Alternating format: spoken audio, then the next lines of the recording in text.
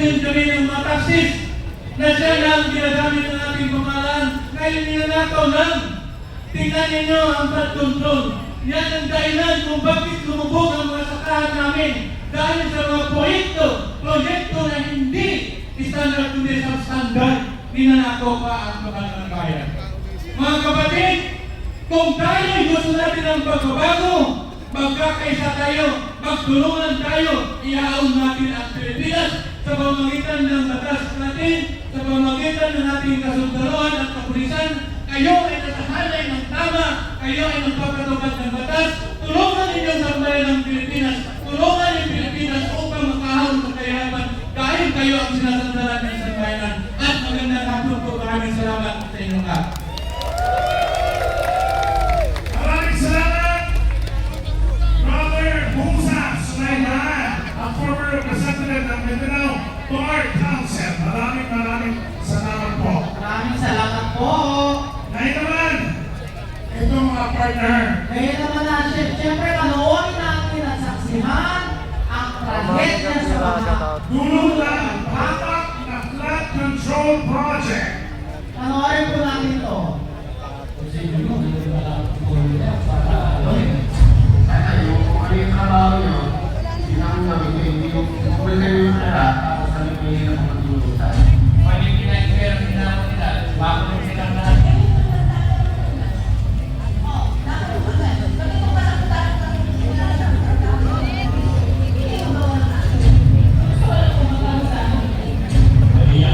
Opo, ang daming tao.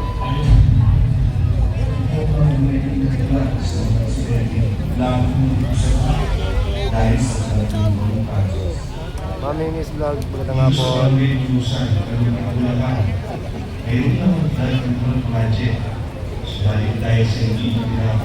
Uy, kinain ba to?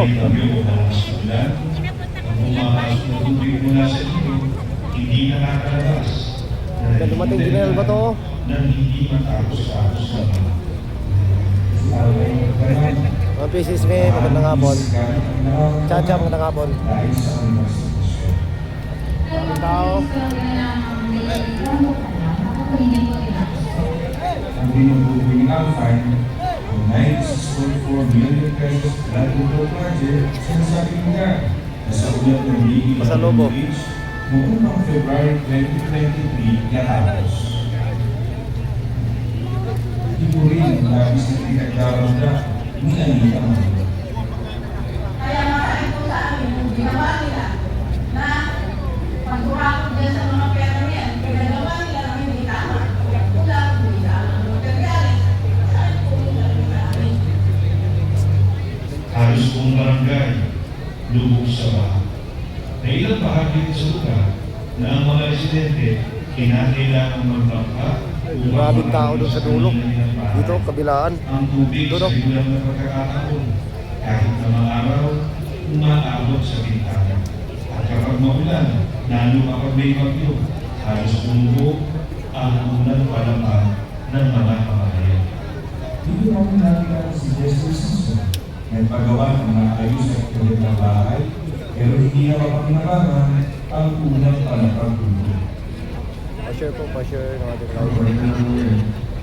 Kaya ang mga kulang nila kapit at magkakaroon ng pumili. Kaya kung kulitan nyo, umawa kami nyo, hindi po kayo pumili na.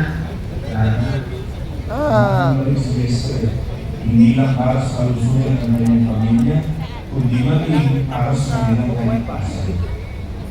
Ang problema na po kasi namin dito, dahil kung pagkakasin, makuha kami ng pasok lang sa loob, dito na kaya ano po yung mga... Wala na, hindi na may balik sa piso yung stick mo. Ayaw namin doon, dito lang ako, makabidyo ako eh.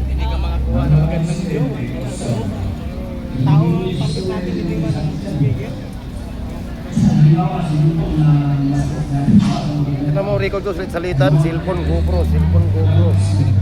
Para maraming stock.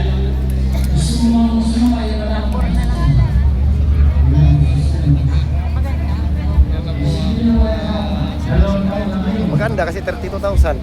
Sakit sa bulsa. Yan yung kinita ko dati na ano, yung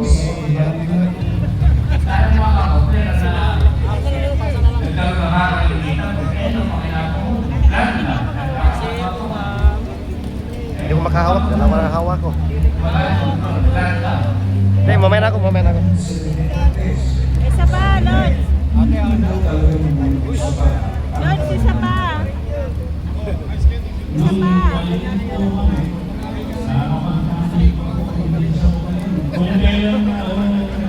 Anong TV5 Cebuano Party List? Ano yan? Gaga. I-share nyo po ating live, i-share nyo po. Bumaba ka na Marcos, resign. Maya ako mag-live. Lahat kayo naka-live eh. Wala. Ang inasahan ko lang dito, magpakulay si Mami May Vlogs eh. Guys, second day na exam. Food power monument. Dagdag ng bago ang pagharap sa baha, araw-araw. Dapat yung alwan kami. Wala kami nag-isip eh. Trabaho ko makakapagay ang ayos. Kahit naman yung sakit, okay lang kasi Tingnan ako. May biruin lang ako. May bibiruin lang ako. Ito.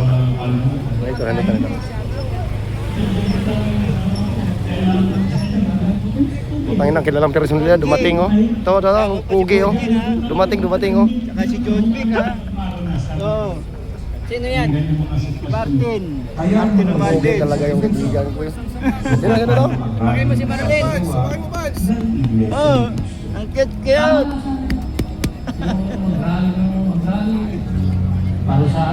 O John Vic, hanapin mo ako. Kamukha ni Pans naman yan. Ano? Liwanag ng makabuluhan ang kanilang ginagawang hakbang. Kaisa po ako diyan sa Candle Mall na yan. Basta gagawin mo lang man. Ito ay upang iparating sa pamahalaan ng hinaing ng maliliit na taong nagdurusa, bunsod ng kaginhawaan ng iilan, pero mula naman sa nakaw.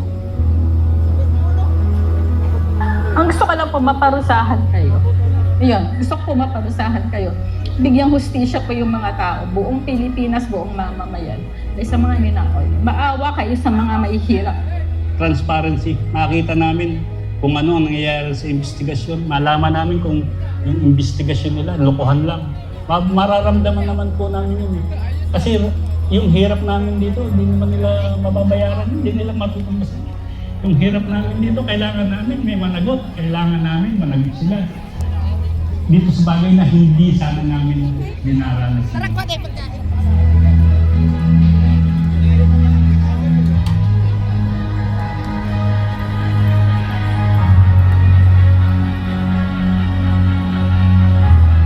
Kalunos-lunos na video.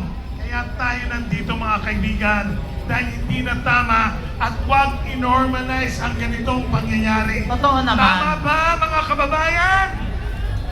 Wala naman yatang tao na gustong manirahan sa ganung sitwasyon Diba? at environment. Di ba? At kung kailan ngayon pa man, lalong lumalala. Totoo. At nakakainis. Tama ba? Ay, parang wala akong narinig. Tama ba? So, sumasang-ayon kayo na huwag nating i-normalize to. Tama ba? Hindi kayo sumasagot.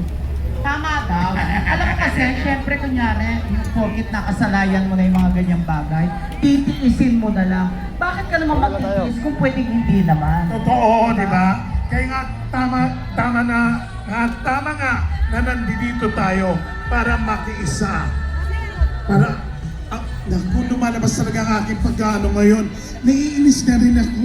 Naiinis ka. Lagay na yan, yung itsura mong yan, naiinis ka, parang hindi Ano ba ka. gusto ng itsura ko kapag naiinis yun?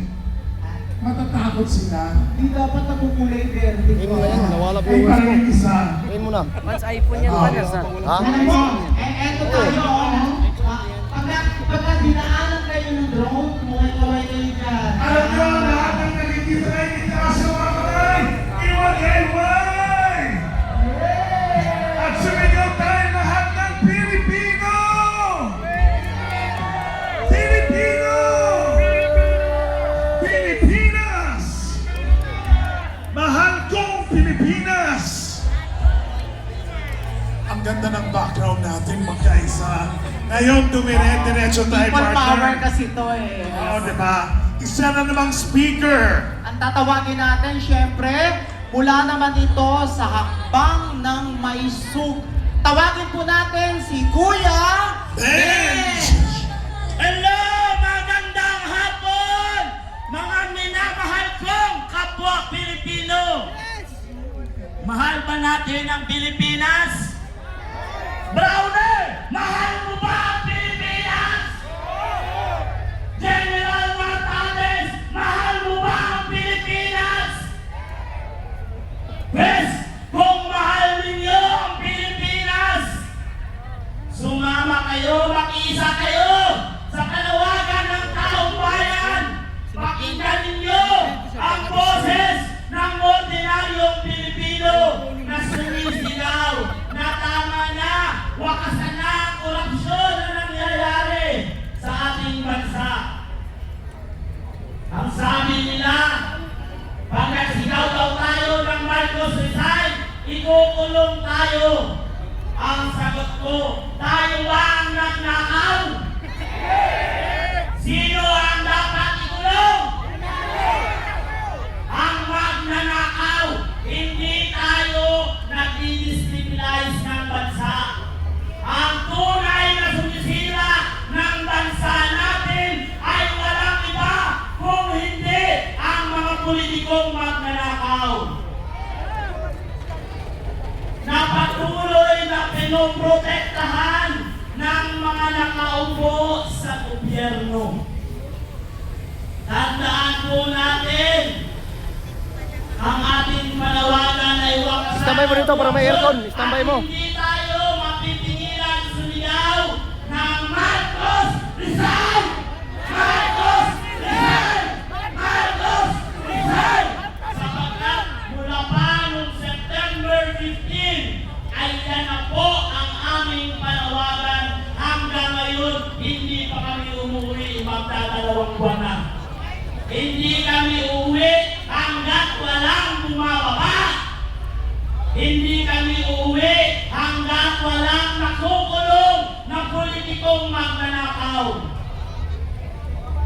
Dahil ang mga politikong magnanakaw na yan, wala nang ginawa kundi pahirapan ang katulad nating mga ordinaryong Pilipino. Habang ang mga kamag-anak nila ay wala nang ginawa kundi magpayaman na magpayaman. Kaya ang aking panawagan, sana ito pa rin ng kasundaluhan at kapulisan ang kanilang sinumpang salaysay na protektahan ang taong bayan at i-preserve ang Constitution. Protect the Filipino people, not to protect the corrupt politicians. Huwag protektahan ang mga magnanakaw na politiko. Pero ito ang isang challenge ko sa kanila. Kung hindi ninyo kayang kampanan ang inyong sinumpang salaysay, bumaba kayo at hayaan ninyo ang mga ordinaryong Pilipino na magpanagot sa mga magnanakaw na politiko. Sapagkat tayo, taxes natin ang kanilang kinakain, sinisweldo. Dugot pawis natin, bago pa man mapunta sa atin ang ating sweldo, ay kinakaltas na ang ating mga taxes na ninanakaw ng mga politiko. Kaya sana sa mga mataas-taasan dyan, sa mga general, gamitin ang puso, huwag ang utak at kamay para kumangkang ng kaban ng bayan na nagpapahirap sa ordinaryong Pilipino. Panindigan ninyo, pakita ninyo ang tapang ninyo sa pagmamahal sa ilang bayan, huwag sa pagmamahal sa kaban ng bayan. Yun lamang po, maraming salamat at mabuhay ang bansang Maisog! Maraming salamat po, Kuya Benj. Maraming salamat Thank po. you, Kuya Benj. Siya po ang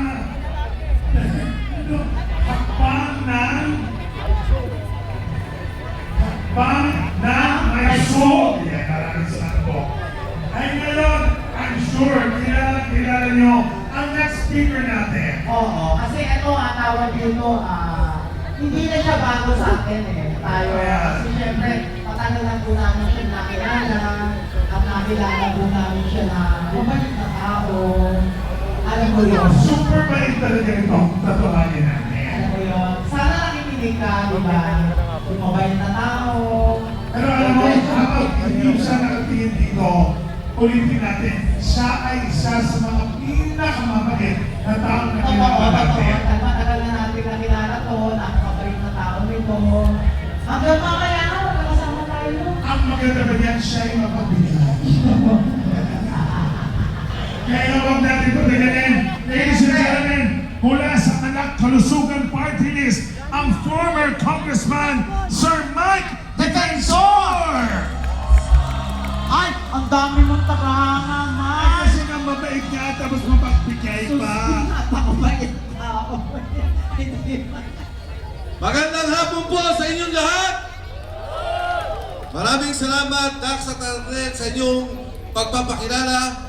Bago po ako magsalita, nais ko lang pong kilalanin ang ating kasama, anak ng ating magiting na senador. Isa rin po sa pinakamagaling na kongresista sa mababang kapulungan, Congressman Pau Marcoleta.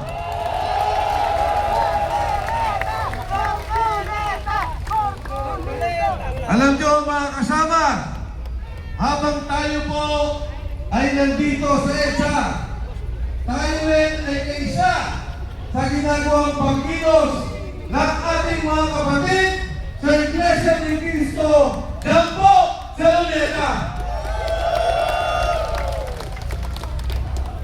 Sabi po ni Congressman Marcoleta, Mike, magsalita ka na, ikwento mo ang mga pangyayari na kinabibilangan kung bakit po tayo nandito lahat ngayong hapon. Alam niyo mga kasama, ayoko po talagang makialam sa politika.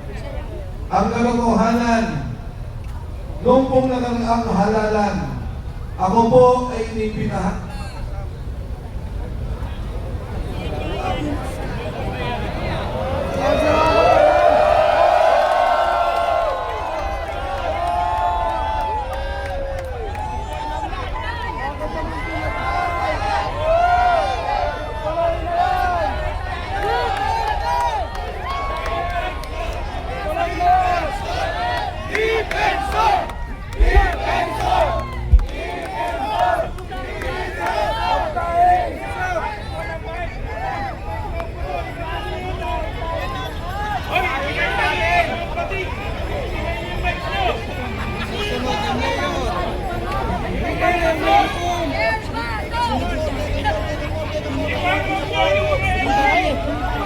Run out? Ha? Bakit walang generator nila? Meron ata na lang generator eh. Bournemouth! BBM resign! BBM resign! BBM resign! BBM resign! BBM resign! BBM resign!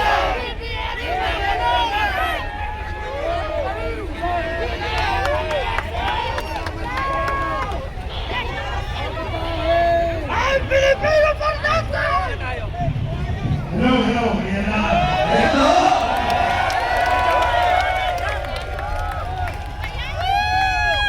Anong palagay nyo? Sinasabot tayo, matubo tayo!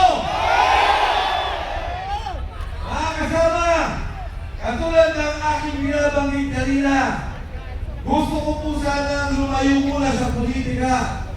Nung ako ay imbitahan ni Senador Marcoleta at nagsagip, nung pong nakaraang halalan, ang sabi ko kay Senador Marcoleta, Senador Cagante, kung maaari, ayoko munang sumabak sa politika.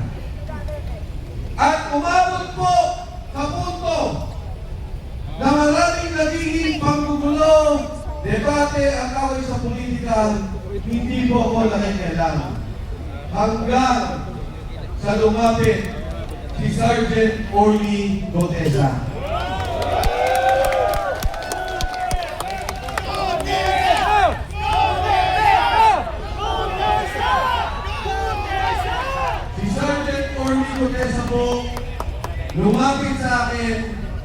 Ang sabi, dahil nung panahon na yung chairman ng Blue Ribbon Committee, si Senator Dante Marcoleta. Ang sabi niya, sabi niya, ito po ang mga nangyayari. Nag-deliver po kami ng pera. Dito, sa may Valle Verde, dumarating ang bilyong-bilyong pera. Nilalagay po namin sa maleta at dinideliver namin doon po kay Speaker Martin Romualdez. Maraming po sa government, pati yung Department of Health, pinapakailaman ang pondo, ang mga kontrata, ang mga gamot, ang tulong sa mahihirap. Meron pang kinuwento, si Sergeant Gutesa, sabi niya, Sir, ang dami po namin pera, pinamimigay sa media. Nako! Nako! Nako!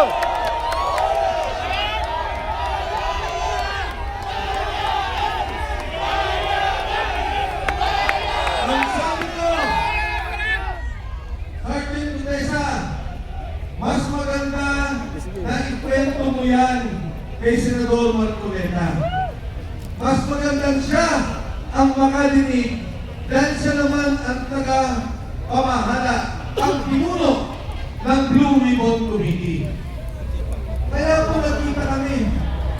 Sabi ko kay Senador Marcoleta, Kadante, pakinggan mo lang. Sabi niya, Mike, totoo ba yan?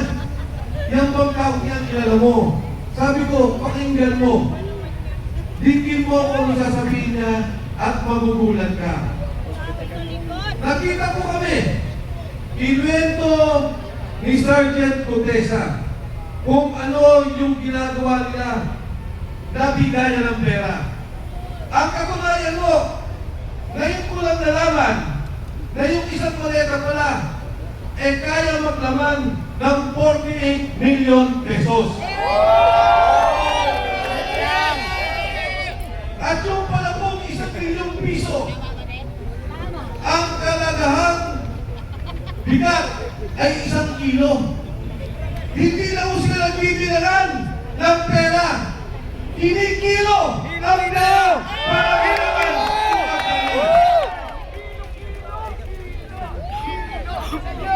Magugulat kayo ng komento niya. Disyembre, isang delivery, 2.5 billion pesos. Inaakyat sa bahay ni Saldico. Wala po Valle Verde. May bahay si Saldico.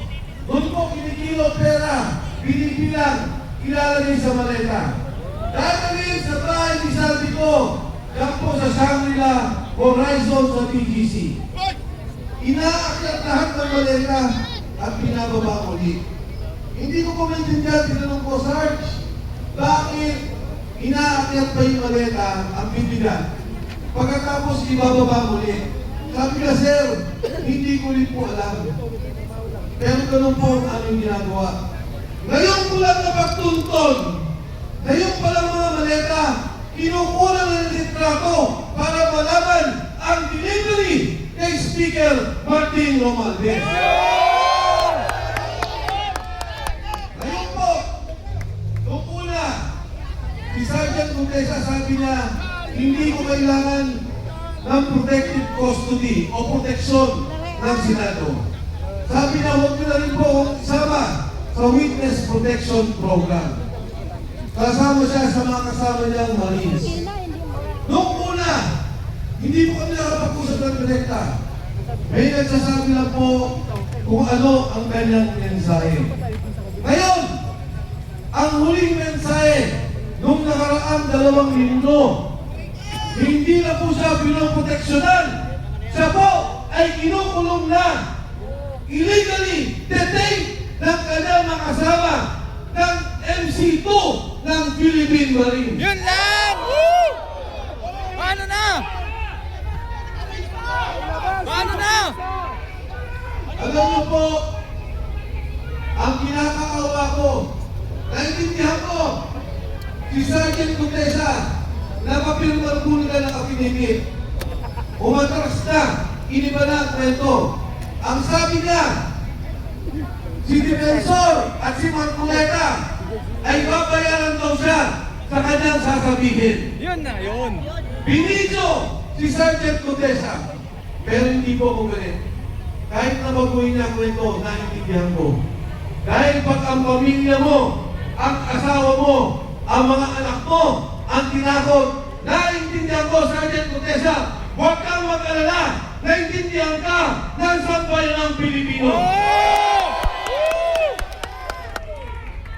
Ang aking kapila sa mga nagkukulong sa kanya, pakawalan niyo naman po yung tao. Total naman, napapirma niyo na. Nagbago na ng salita. Total naman, video nyo niya. Na sinasabi na na, iba na ang ganyang salita. Na hindi na siya nag-deliver kay Martin Romualdez. Pakawalan niyo lang po yung tao. Dahil yung tao, hindi siya ginabang kahit sino sa kawalan sa korupsyon na nakikita natin sa gobyerno. Yung kay Sergeant Codesa, konsensya, kalulunod yung kanyang kamag-anakan, yung mga kasama ng sundalo, nalulot yung pamilya sa Bicol, binabaha, nawalan ng negosyo, nawalan ng pagkabuhayan. Pero ni Cinco, hindi ang kunita, hindi ang congressman, hindi ang senador, hindi ang kontraktor, hindi ang DPWH. Nag-deliver lang niya ng pera at na konsensya na nakikita niyang nakawan sa sambayan ng Pilipino. Mga kasama, kahapon lang, yung pamilya niya, inilipat na namin ang bahay dahil binabantayan din. Bakit? Dahil si Sandy ko, sinabi niya, totoo ang sinasabi ni Codesa. Ang aking pong kinagulat, ang aking pong kinabangha, dati ang sinasabi ko, imbestigahan ninyo si Sandy ko. Dati ang sinasabi ko, imbestigahan ninyo si Speaker Martin Romualdez. Ngayon ko lang narinig yung sinabi ni Sandy ko na ang pera, dinadaan nila ang mali-mali ang pera kay President Bongbong BBM Marcos. Ang sabi ni Pangulong Marcos, maya naman kayo. Ang sabi niya, ikulong ang nagnakaw. Ang hamon ko sa kanya, President BBM Marcos, ikaw ang mastermind. Ikaw ang dapat mahiya. Ikaw ang dapat ikulong ng sambayan ng Pilipino.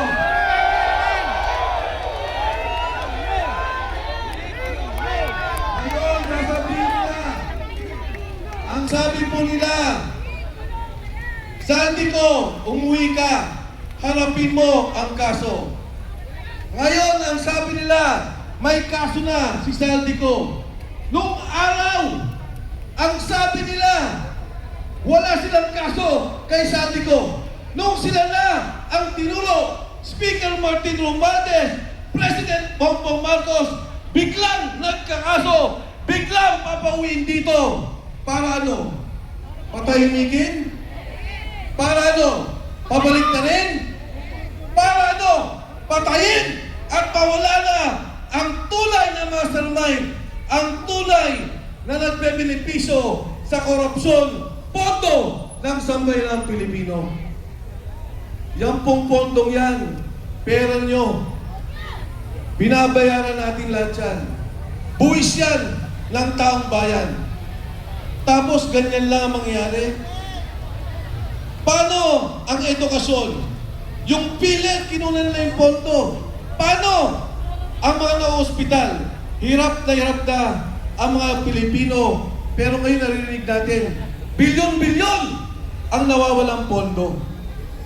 Ngayon no, yung mag-asawang Paul Estrada, eto yung assistant ni Saldico. Anong ginawa nila? Ibinyahe papalabas. Yung Paul Estrada na konsensya. Yung kanyang asawa po, tumawag at sinabing gusto na nilang umuwi. Ano pong ginawa? Binugbog!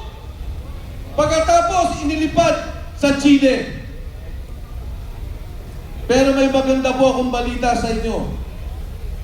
Yung pong mag-asawang yan, hawak na natin.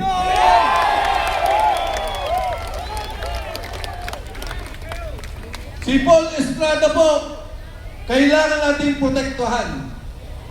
Dahil siya mismo, sabi ni Saldico, ang nagdi-deliver kay Martin Romualdez at President Bongbong Marcos.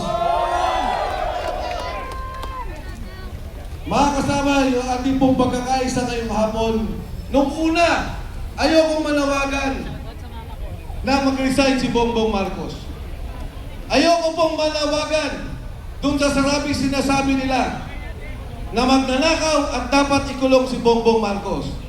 Pero dito sa akin nakikita, yung pagsalita ni Saldico, wala na pong kaduda-duda. Si Saldico, chairman ng Appropriations Committee ng Kongreso. Bata nila, tao nila, 3 taon. Hindi ka magiging chairman ng Appropriations Committee kung hindi ka pinili ng Pangulo. Si Speaker Martin Romualdez, pinili ng Pangulo. At yung pontong yan, sila ang gumagawa. Sila ang nag-aayos. Ngayon pong araw, tinanggal si Executive Secretary Bersami. Tatanggalin din daw ang DBM Secretary Amina Pangandaman. Ang apil ako sa kanilang dalawa, magsalita na rin kayo bago kayo asuhan at ituro ng administrasyong to. Alam nila ang galawan ng pondo. Alam nila ang nangyayari. Maawa naman kayo sa sambayan ng Pilipino. Sa kasaysayan po natin, ngayon lamang nangyari ang ganitong korupsyon. Ngayon lamang ang nangyari ang ganitong nakawan. Ang sitwasyon po natin, ang mismong sindikato, ang administrasyon, ang Pangulo, ang nangunguna sa sindikato ng Republika ng Pilipinas.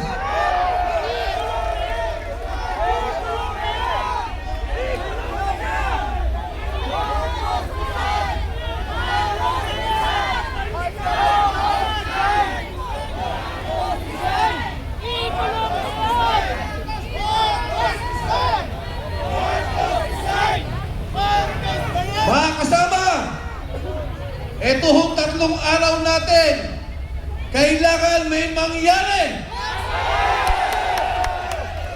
Itong ating pagkakaisa, kailangan marisolba ang problema ng ating bansa.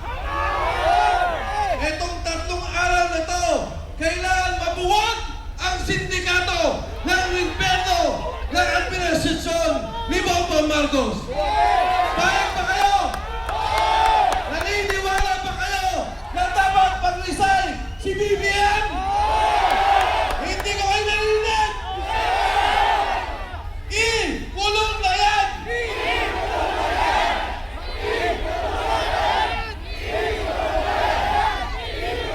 Marcos resign! Marcos resign! Marcos resign! Marcos resign! Tayo ba ay handang kumilos para maayos ang sambayang Pilipino? Handa ba kayo tumindig sa prinsipyo na linisin ang korupsyon ng bansang Pilipinas? Sa gitna po ng ating pagkakaisa, tandaan po ninyo,